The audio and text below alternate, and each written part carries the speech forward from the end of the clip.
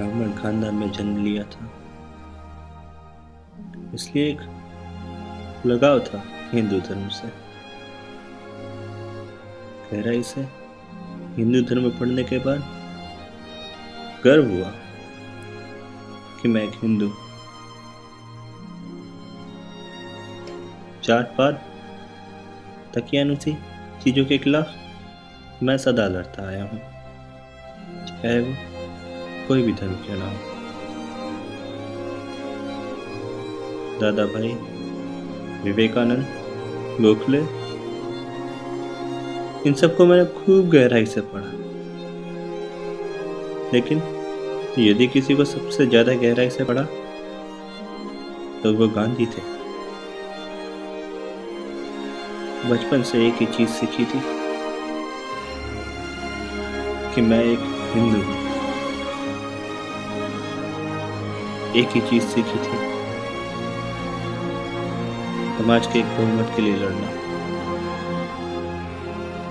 30 करोड़ हिंदू के लिए लड़ना। अहिंसा का नारा लेके कांग्रेस पे गांधी का पूर्ण प्रभुत्व हो चुका था। कोई भी समझदार आदमी अहिंसा के नारे में आ सकता था। गांधी ने कोई नई बात नहीं कही थी। मानवता हमेशा अहिंसा का साथ देती है, लेकिन मैं इस बात को नहीं मान सकता कि हिंसा एक पाप है। राम ने रावण को मारा था,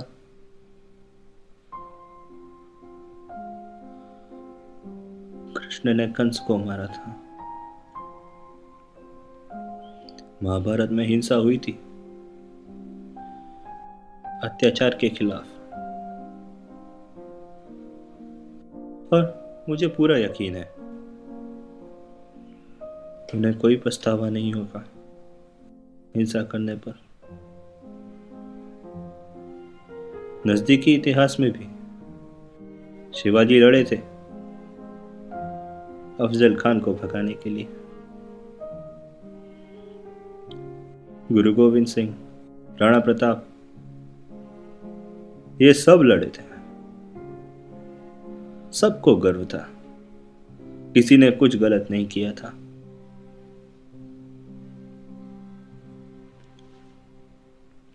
लेकिन नहीं, गांधी के लिए तो हिंसा एक पाप थी।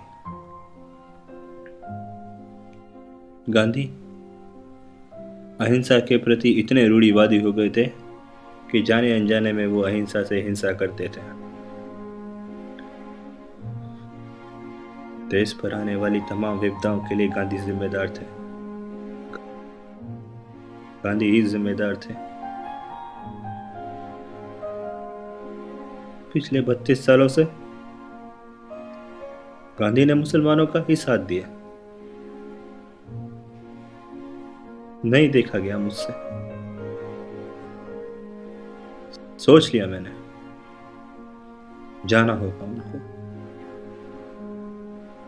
उनकी एक बात ना मानी जाती तो वो अनशन करते थे। पूरा कांग्रेस, पूरा भारत झुक जाता था, पूरा हिंदुस्तान झुक जाता था जब वो अनशन करते थे।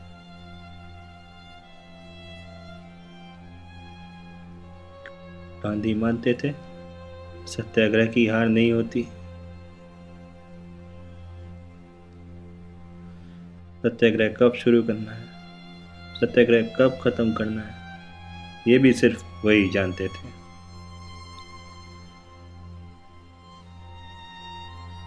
सत्याग्रह की परिभाषा भी सिर्फ गांधी को ही पता थी। कोई नहीं जानता था कि सत्याग्रह क्या होता है।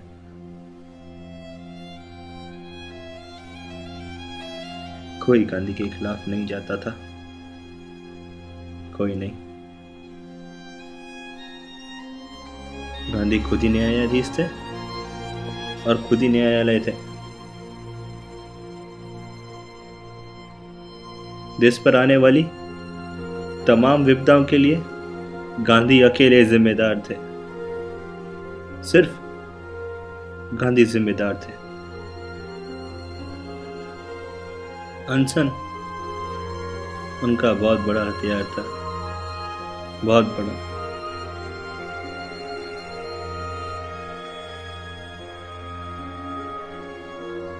मुस्लिम लीग का इतना प्रभुत्व बढ़ गया था, कराची से बंगाल तक लाखों हिंदू मारे जा रहे थे। गांधी कभी उनके लिए अनशन पर नहीं बैठे, कभी नहीं। कैसे भूलूं मैं जब उन कुछ शरणार्थियों के लिए गांधी अनशन पर बैठ गए थे, जब दिल्ली की मस्जिद में शरण लिए थे।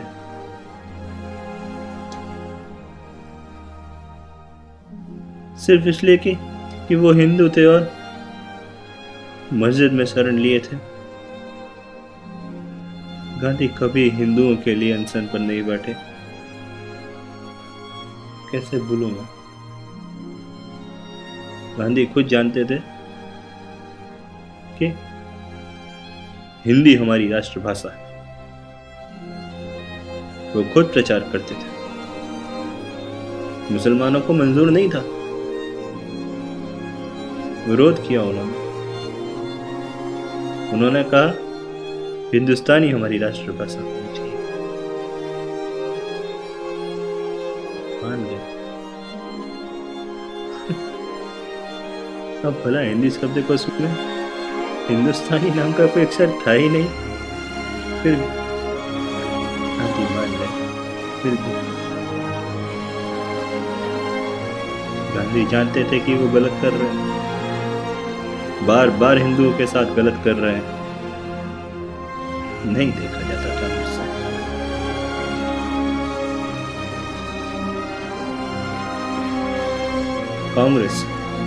कांग्रेस अपने आप को राष्ट्रवादी पार्टी कहती है। एक बार मुस्लिम लीग सरकार गिरा चुकी थी और कांग्रेस समझ चुकी थी कि पाकिस्तान बनेगा। जिन्ना के सामने कांग्रेस ने घुटने टेक दिए थे। 30 जून 1948। 30 जून 1948 ये वो दिन था जब हमें आजादी मिलनी थी।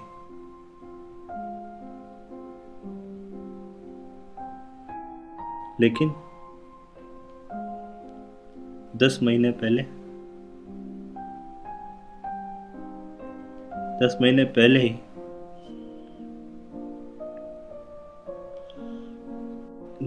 पहले ही 15 अगस्त 1947 के दिन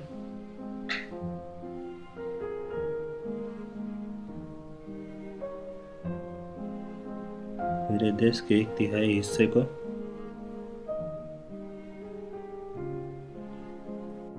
विदेश बना दिया गया।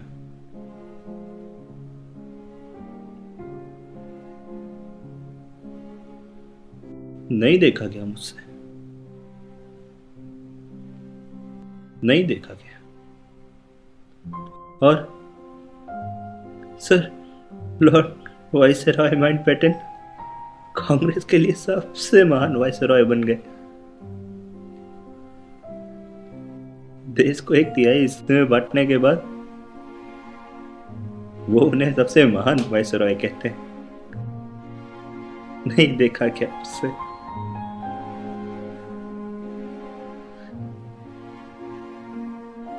पिछले 30 सालों में ये हासिल किया गांधी ने,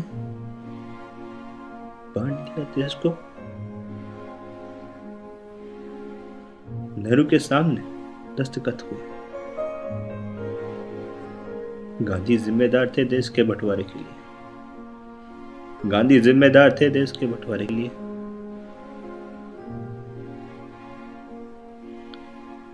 मैं जानता हूं मैंने क्या किया। मैं जानता हूं मैंने अपना वर्तमान बर्बाद कर लिया। मैं जानता हूं भविष्य भी मैंने बर्बाद कर लिया। भविष्य में भी लोग मुझे गालियां देंगे।